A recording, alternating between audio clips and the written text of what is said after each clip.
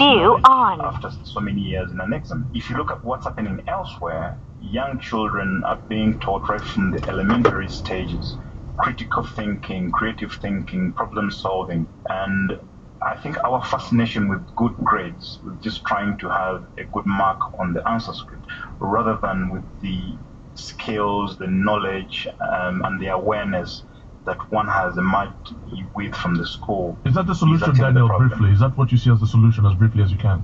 We need to change the curriculum, and we need to just stop worrying about the grades and start worrying about learning and teaching people how to learn.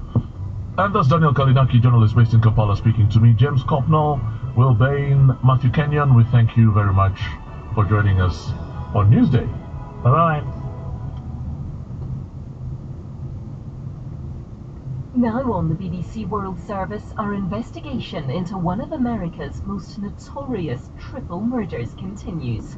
Against a backdrop of deep racial tension in the 1960s, 3 white victims were gunned down by 2 black killers. The famous boxer Reuben Hurricane Carter and John Artis were twice convicted. He says, if I find you had anything to do with these murders, I'm going to see to it that you get the election chair. More than 50 years later, John Artis remembers the night of their arrest. Just say that Reuben Carter killed these people and we'll let you go. He says, I can't do that. That would be a lie. We'll also hear archived recordings of the lead detective. What is actually the truth in this matter? And Reuben Carter. I sat in that room while John Artis was in another room, and that scared the hell out of me. A 12-part series, The Hurricane Tapes, Sunday at 22:30 GMT. You're listening to the BBC World Service with me, Ed Butler, where today we are talking China, the country's economy growing at its slowest rate for nearly 3 decades. What is going wrong? And how bad could it get for the rest of us if the wheels really do fall off China's economy? China's woes, Business Daily, in a couple of minutes.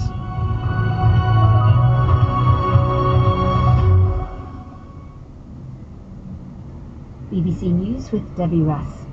The Venezuelan opposition leader Juan Guaido has raised the prospect of an amnesty for President Maduro if he agrees to relinquish power and help return the country to democracy. In his first interview since he declared himself interim president, Mr. Guaido noted that a similar amnesty had played a role in the democratic transition in Chile. Hundreds of thousands of US federal workers are facing a second month without pay as the government shutdown continues. Many have turned to family and friends for help, while the more desperate have resorted to food banks.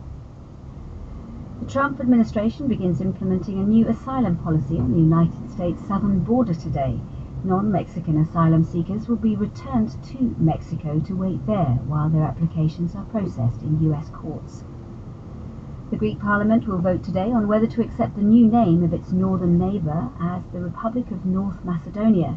If Greek MPs ratify a UN-brokered deal reached in June, the 28-year-old dispute will finally end. The court in Turkey has ordered the release of a detained pro-Kurdish MP who is seriously ill following an 11-week hunger strike. Leyla Güven was jailed a year ago for criticising Turkish military action in a Kurdish town in Syria. The Sudanese Doctors' Organisation that's played a key role in organising protests against President Omar al-Bashir says 3 people were killed in Thursday's demonstrations, which have been described as the biggest so far.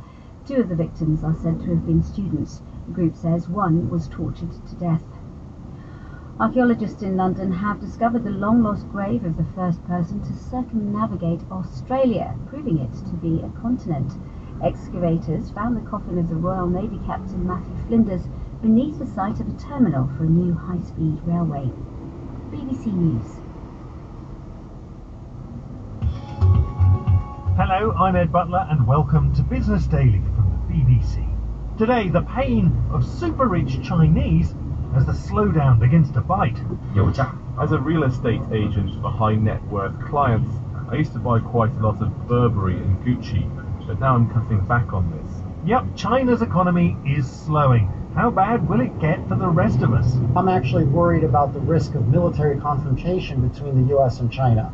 So the world better be prepared for a serious economic crisis in 2019, unless the trade war can end. That's all to come in Business Daily from the BBC. China's economy is officially growing at its slowest rate for almost 3 decades. Does that sound bad? Well, slow in China is still amazingly enviable, pretty much to everyone else. A 6.5% annual growth rate.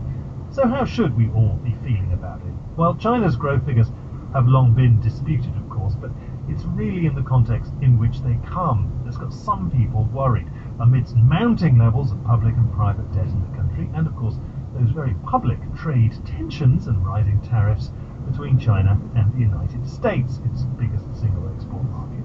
More on the trade tensions in a moment, but first let's go to the streets of Shanghai, where it's becoming ever more apparent that regular consumers are beginning to rein in their spending. This is what one food stall owner told us this week.